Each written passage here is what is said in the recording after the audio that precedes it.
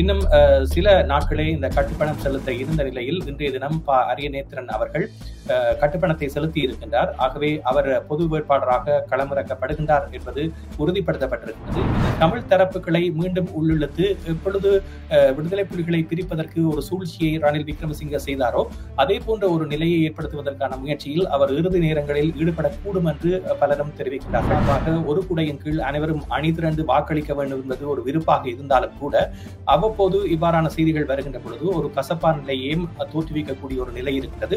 ஆனால் இவை அனைத்தையும் கடந்து தமிழ் மக்களுக்கான தமிழ் மக்களுடைய வாக்குகளை ஒன்றாக திரட்டக்கூடிய நடவடிக்கைகளில் ஈடுபடுவதற்கு அனைவரும் முன்வர வேண்டும் என்பதுதான் கோரிக்கையாக இருக்கிறது. நிச்சயமாக சிங்கள மக்களுடைய வாக்குகளும் பிரிந்து செல்லக்கூடிய நிலை ஏற்பட்டால் தமிழர்களுடைய வாக்குகள், முஸ்லிம்களுடைய வாக்குகள், மலையக தமிழ் மக்களுடைய வாக்குகள் என்று அனைத்து வாக்குகளையும் சிறுக சிறுக சேகரிக்க வேண்டிய ஒரு நிலைக்கு இந்த ஜனாதிபதி வேட்பாளர் தள்ளப்படுவார்.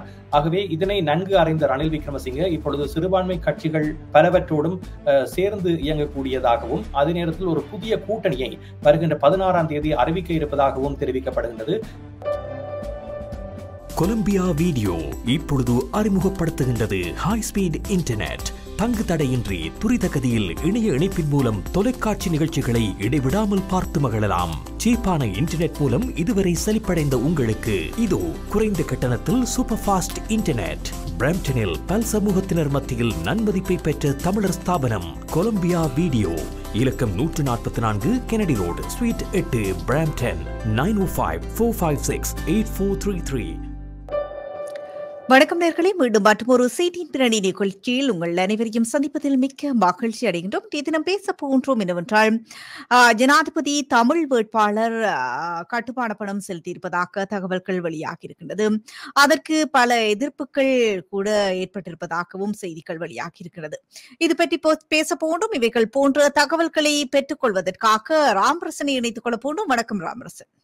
வணக்கம் சுதர்ஷினி. வணக்கம் நேயர்களே. மீண்டும் மற்றொரு செய்தியின் பின்னணி நிகழ்ச்சியில் உங்கள் அனைவரையும் சந்திப்பதில் மிக்க மகிழ்ச்சி.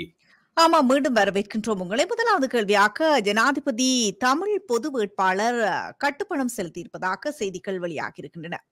இந்த நிலையில் தமிழரசு கட்சி எந்தவித தீர்மானத்தையும் எடுக்கவில்லை என்று எதிர்ப்புகள் கூடுதலானவர்களிடமிருந்து வந்த வண்ணம் இருக்கின்றது.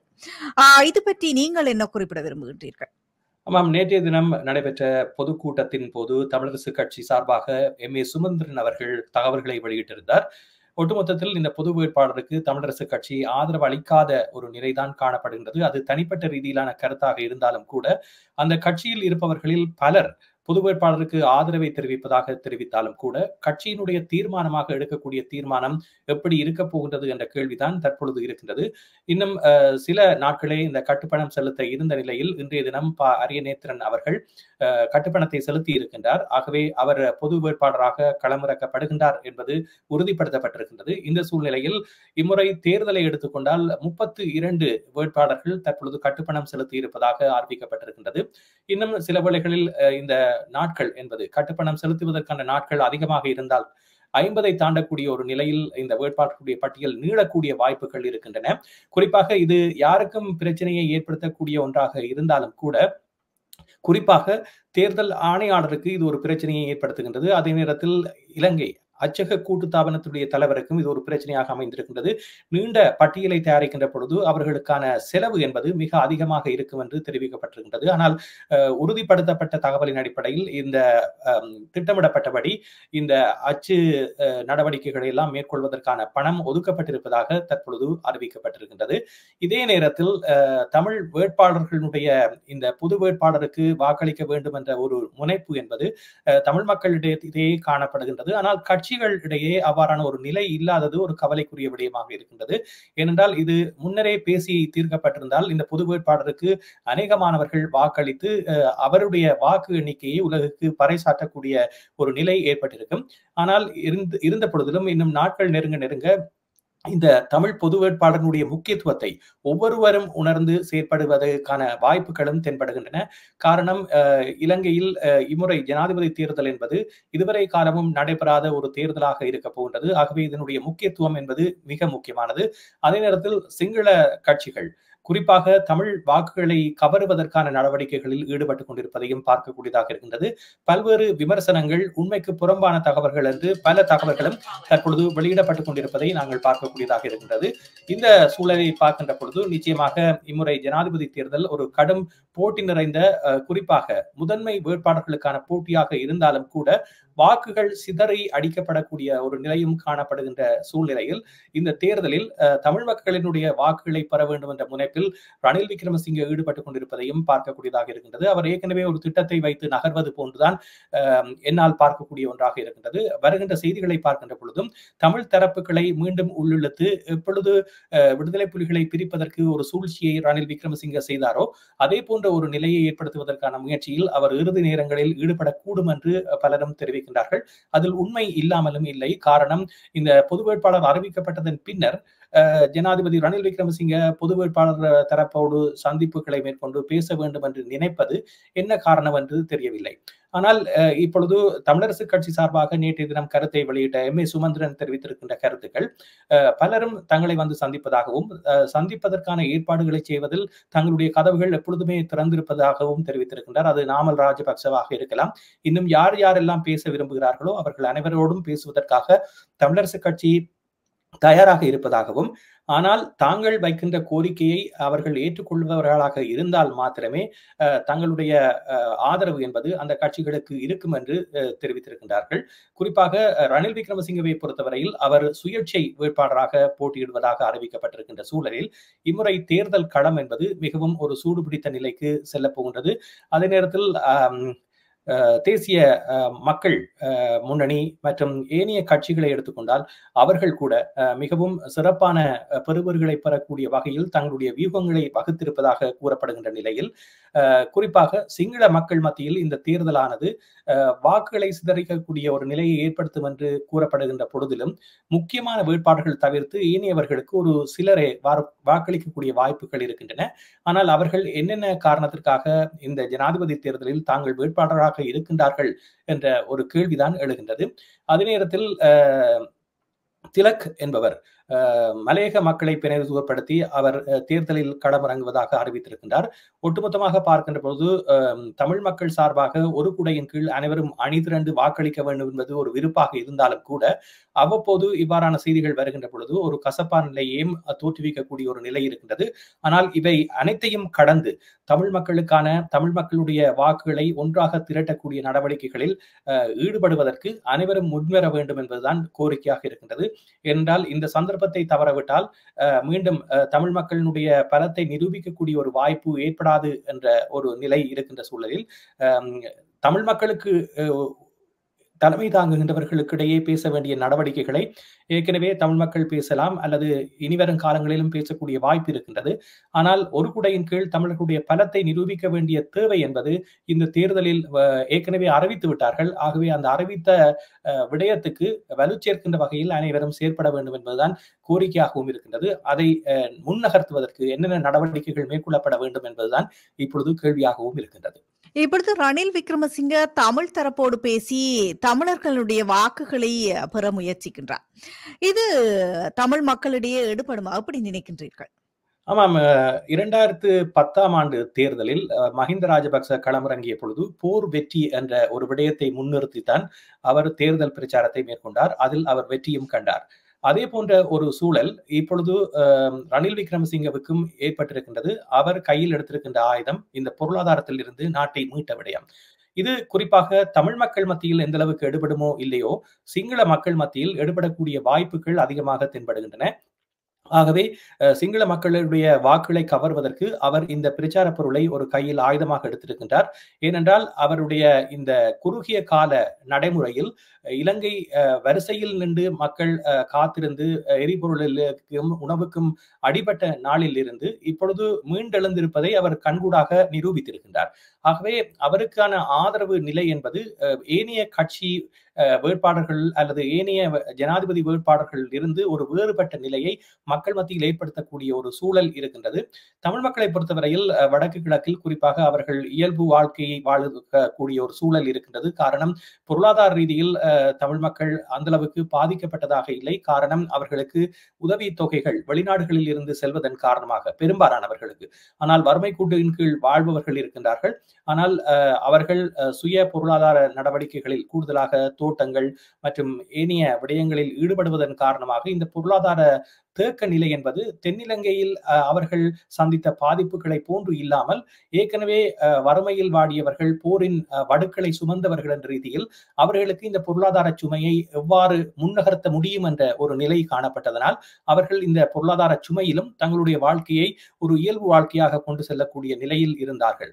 ஆகவே ரணில் விக்ரமசிங்கவினுடைய இந்த நகர்வு என்பது தமிழ் மக்கள் மத்தியில் எந்த அளவுக்கு எடுபடும் என்று சொல்வதற்கு இல்லை. ஆனால் தென்னிலங்கை மக்கள் மத்தியில் ஒரு அறகலைய போராட்டத்தில் இருந்து இடைக்கால ஜனாதிபதியாக தெரிவு செய்தவர் தான் நினைத்தது போன்று இந்த நாட்டை மீள கட்டியெழுப்பக்கூடிய வகையில் கொண்டு வந்து விட்டார் என்ற ஒரு விடயத்தை அவர்கள் நினைக்கக்கூடும்.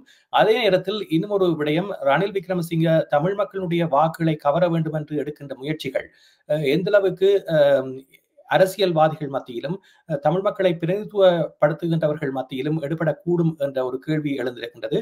என்னை பொறுத்தவரையில் எழுத்து மூலமான தகவல்களை பெற்று அவருக்கு ஆதரவு அளிப்பதுதான் மிக பொருத்தமானதாக இருக்கும். அல்லாது விட்டால் மீண்டும் அவர் பழைய நிலைக்கு செல்லக்கூடிய வாய்ப்புகளும் இருக்கின்றது. ஏனென்றால் தென்னிலங்கை அரசியல்வாதிகள் மத்தியில் இந்த 13வது திருத்தத்தை அமுல்படுத்துவதிலேயே எவ்வளவு கால நீடிப்பு செய்யப்பட்டிருந்தது.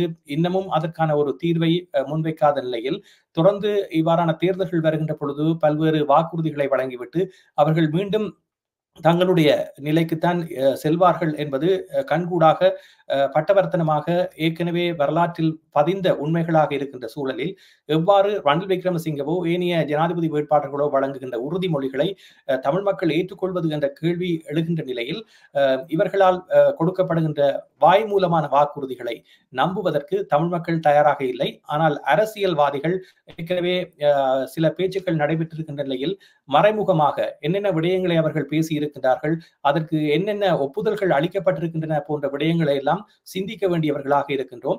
அதே நேரத்தில் வெளிப்படையாக இந்த விடயங்களை இதுவரையில் எந்த கட்சியும் கூறாத நிலையில் பல்வேறு சந்திப்புகள் மேற்கொள்ளப்பட்டிருப்பதாக கூறப்படுகின்ற நிலையில் நேற்றைய தினம் சுமந்திரன் அவர்கள் தெரிவித்த கருத்து, சமஷ்டி தீர்வு என்ற ஒரு விடயத்தை முன்னிறுத்தி வருகின்றவர்களுக்குத்தான் தங்களுடைய ஆதரவு இருக்கும் என்று குறிப்பிட்டிருக்கின்றார். ஆனால் இது எந்த அளவுக்கு சாத்தியப்படக்கூடிய ஒன்று என்று கேட்கின்ற பொழுது எழுத்து மூலமாக இதனை வழங்குவதற்கு யார் தயாராக இருப்பார்கள் என்ற கேள்வியும் எழாமல் இல்லை. ஆனால் இதனை எவ்வாறு தமிழரசு கட்சி அணுகப் போகின்றது என்ற கேள்விதான் இப்பொழுது இருக்கின்றது. ஏற்கனவே மஹிந்த ராஜபக்சவினுடைய புதல்வர் நாமல் ராஜபக்ச அவர்கள் சுமந்திரனிடம் தாங்கள் இது தொடர்பாக பேசுவதற்கான நேரத்தை ஒதுக்கி தருமாறு கேட்டிருக்கின்ற சூழலில் சந்திப்பை மேற்கொள்ளக்கூடிய வாய்ப்புகளும் இருக்கின்றன. ஆனால் அவருக்கான வெற்றி வாய்ப்பு எந்த அளவுக்கு இருக்கின்றது என்பதையும் சிந்திக்க வேண்டும்.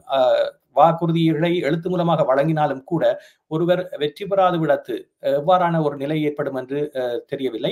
அதே நேரத்தில் மலையக கட்சிகளை பிரதிநிதித்துவக்கூடிய சஜித் பிரேமதாச அணியோடு சேர்ந்து பயணிக்கின்றவர்கள் எழுத்து மூலமான ஒரு ஒப்புதலை பெற்றிருப்பதாக தெரிவிக்கப்பட்டு செய்திகள் வெளிவந்திருக்கின்றன. குறிப்பாக மனோ கணேசன், பழனி திகாம்பரம் போன்றவர்கள் எல்லோரும் சேர்ந்து இப்பொழுது சஜித் பிரேமதாசா அணியில் தங்களுடைய ஆதரவை வழங்குவதாக அறிவித்திருக்கின்ற சூழலில் அவர்களுக்கான வாக்குறுதிகள் எழுத்து மூலமாக வழங்கப்பட்டிருப்பதாக தெரிவிக்கப்படுகின்றது. ஆனால் தமிழர்களை பொறுத்தவரையில் இவ்வாறு கட்சிகள், பிரதிநிதிகள், ஜனாதிபதி வேட்பாளர்கள் என்று பலரும் சந்திப்புகளை மேற்கொண்டாலும் கூட அவர்கள் எழுத்து மூலமாக எந்தவித உறுதிமொழிகளையும் வழங்குவதற்கு தயாராகாத ஒரு நிலைதான் காணப்படுகின்றது.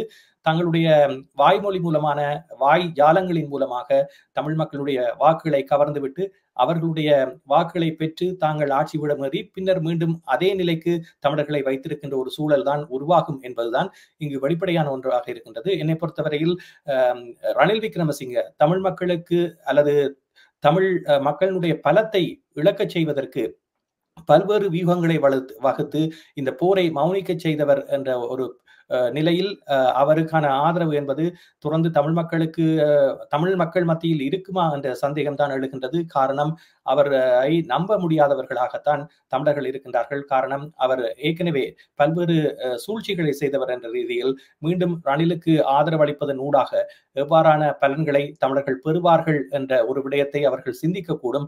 ஆகவே என்னை பொறுத்தவரையில் விடுதலை புலிகள் கூறியது போன்று ரணிலுக்கு வாக்களிக்காமல் ஜனாதிபதி தேர்தலை புறக்கணிங்கள் என்று கூறியிருந்தார்கள். ரணில் விக்ரமசிங்கவை பொறுத்தவரையில் 2 தடவைகள் ஜனாதிபதி தேர்தலில் போட்டார். அந்த 2 ஜனாதிபதி தேர்தலிலும் தோல்வி அடைந்த ஒருவராகத்தான் பார்க்கப்படுகின்றார். ஆனால் அவருக்கு ஒரு வரப்பிரசாதமாக இந்த போராட்டத்தை அடுத்து, மக்கள் போராட்டம் வெடித்ததை அடுத்து இந்த இடைக்கால ஜனாதிபதி பதவி வழங்கப்பட்டிருக்கின்றது. அது மக்களால் தேர்ந்தெடுக்கப்பட்ட ஒரு ஜனாதிபதியாக இல்லாமல் அவர் பதவியை பெற்றிருக்கின்றார். இப்பொழுது தன்னை நிரூபிக்கக்கூடிய ஒருவராக அவர் இருக்கின்ற சூழலில் பலரது வாக்குகளை கவரும் முயற்சியில் அவர் ஈடுபட்டுக் கொண்டிருக்கிறார். குறிப்பாக வடக்கு கிழக்கு மக்களுக்கு பல்வேறு உதவிகளை செய்வதற்காக சென்றிருந்தார். அதே போன்று பல்வேறு உறுதிமொழிகளை தொடர்ந்து வழங்கி வருகின்றார். ஆனால் தீர்வு திட்டம் என்று வருகின்ற பொழுது அவரால் இதுவரை எந்த விடயங்களையும் செய்ய முடியாதவராகத்தான் இருக்கின்றார். சிங்கள மக்கள் மத்தியில் இந்த விடயங்களை அவர் எடுத்துச் சென்றால் அவருக்கு எவ்வாறான வாக்குகள் கிடைக்கும் என்பதனை அறிந்து அவர் இவ்வாறு சொல்லாமல் இருக்கிறாரோ தெரியவில்லை.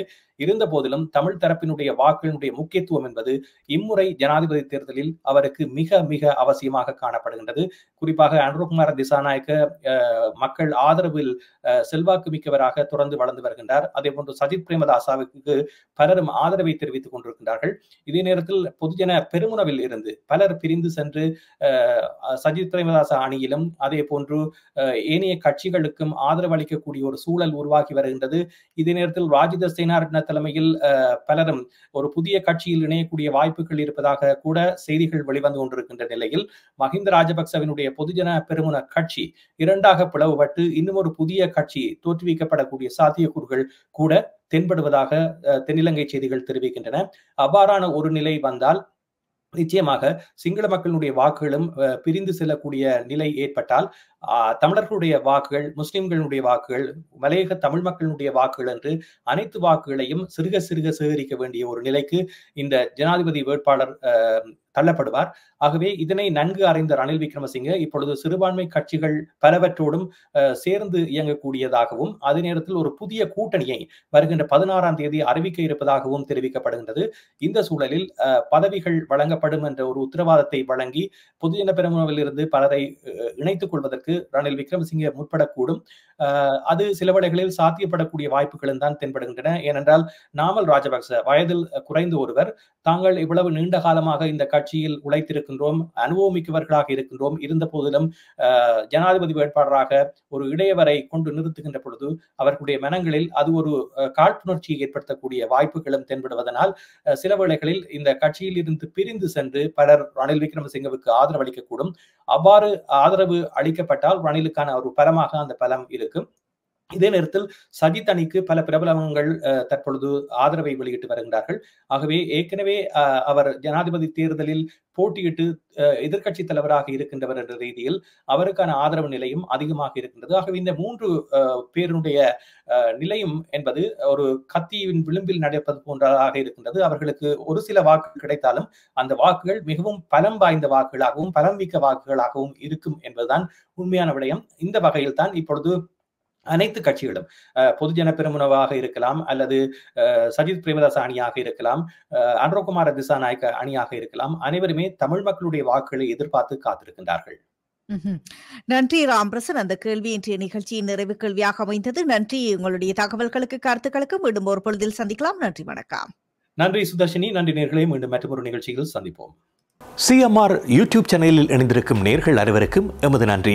காமெண்ட்ஸ் பகுதியில் உங்கள் கருத்துக்களை தெரிவிக்க தவறாதீர்கள்.